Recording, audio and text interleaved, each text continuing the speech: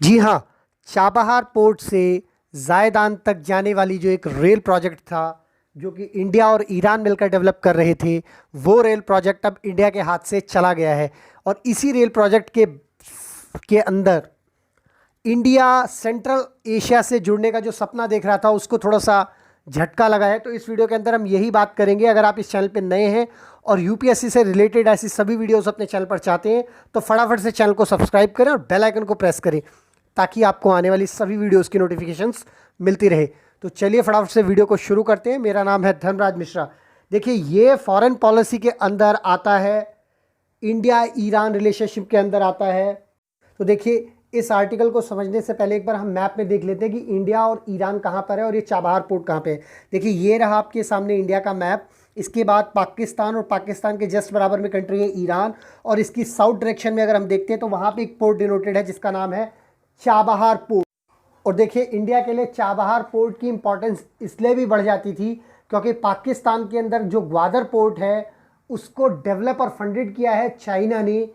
और जो कि ग्वादर पोर्ट और चाबहार पोर्ट के बीच की दूरी जो है वो केवल 72 किलोमीटर्स की दूरी है। अच्छा, अभी लास्ट वीक एक रेलवे प्रोजेक्ट का इनॉग्रेशन कर दिया ईरानियन ट्रांसपोर्ट मिनिस्टर जो वहाँ पे थे, मोहम्मद इस्लामी।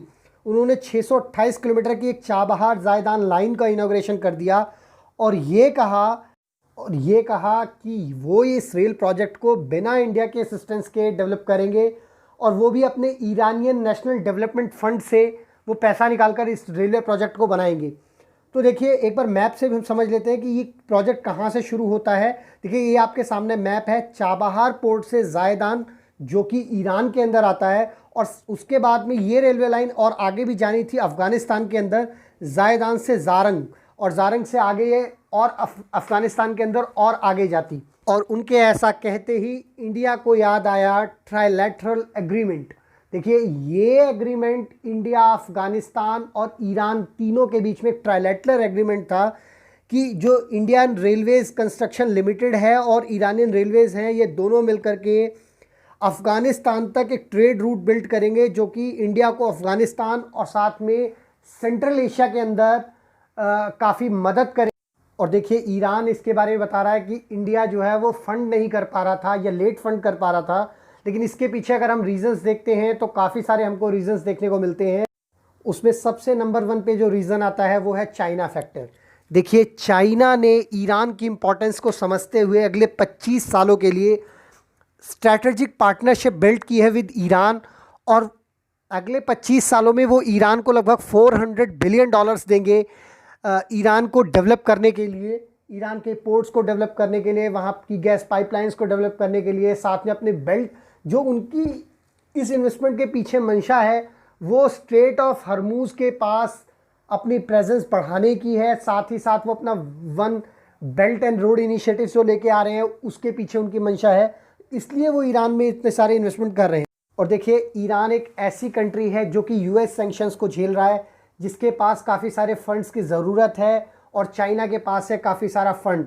इसीलिए वो चाइना को और भी कई सारे ऑफ़र कर रहे हैं। जैसे कि उन्होंने 350 किलोमीटर दूर एक चाबहार से एक पोर्ट है जिसका नाम है बंदरे जाश्क, जिसको कि ऑफ़र किया है उन्होंने चाइना को।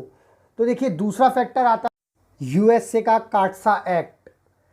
इस एक्ट के अंदर, यानी countering America's adversary through sanctions act, इस एक्ट के थ्रू यूएसए ने 3 कंट्रीज़ को बैन किया हुआ है, जिनसे अगर कोई भी कंट्री कोई भी चीज़ परचेज करती है या उनके साथ किसी भी तरीके की बिग डील करती है तो उसको यूएस के सैंक्शंस झेलने पड़ सकते हैं। वो 3 देश हैं रशिया, नॉर्थ कोरिया, और तीसरा देश है ईरान।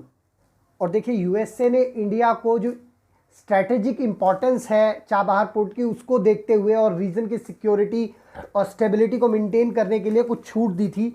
लेकिन चाबहार पोर्ट को डेवलप करने के लिए जिन जिन इक्विपमेंट की ज़रूरत थी उनके लिए सप्लायर्स और पार्टनर्स मिल नहीं रहे थे, यानी डर रहे थे वो यूएस की वजह से। और देखिए, इन सब की वजह से इंडिया के सामने काफ़ी सारे कंसर्न्स आते हैं चाबहार पोर्ट को लेके और उसके ईरान को लेके।